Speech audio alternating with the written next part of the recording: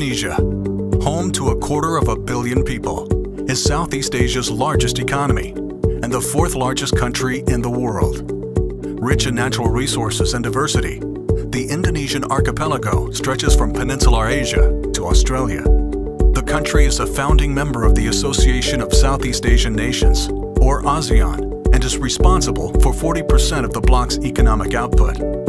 A decade of democratic rule and steady economic growth has resulted in the emergence of a rising middle class, affluent consumers who are a force to be reckoned with, both at home and abroad. Local and foreign companies are also increasingly using Indonesia as a production base to export to the rest of Asia.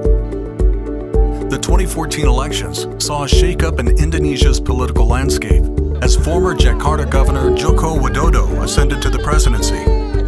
Popularly known as Jokowi, he started out as a furniture maker and launched his political career by becoming mayor of his hometown in central Java in 2005. He became governor of the Indonesian capital in 2012. Indonesia's economic growth has been steady, but unevenly distributed.